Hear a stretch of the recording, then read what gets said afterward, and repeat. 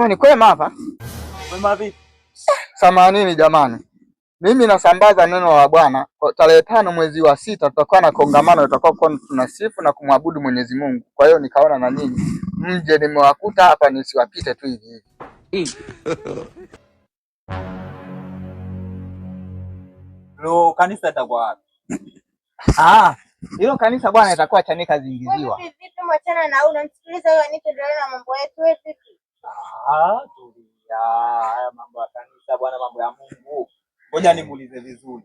Itakuwa muda gani? Itakuwa ni saa 3 usiku mpaka asubuhi. Kwa hiyo pale kuanzia saa 3 ile usiku unapata tu baraka, unapata baraka mpaka asubuhi.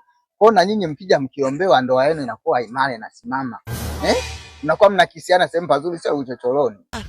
Niache na changanyikiwa Mungu. Kanisa naitwa kanisa gani? Linaitwa Grace and Glory Church. GGC. Kwa hiyo tunawakaribisha sana. Inapatikana wapi? Chanika Zingiziwa.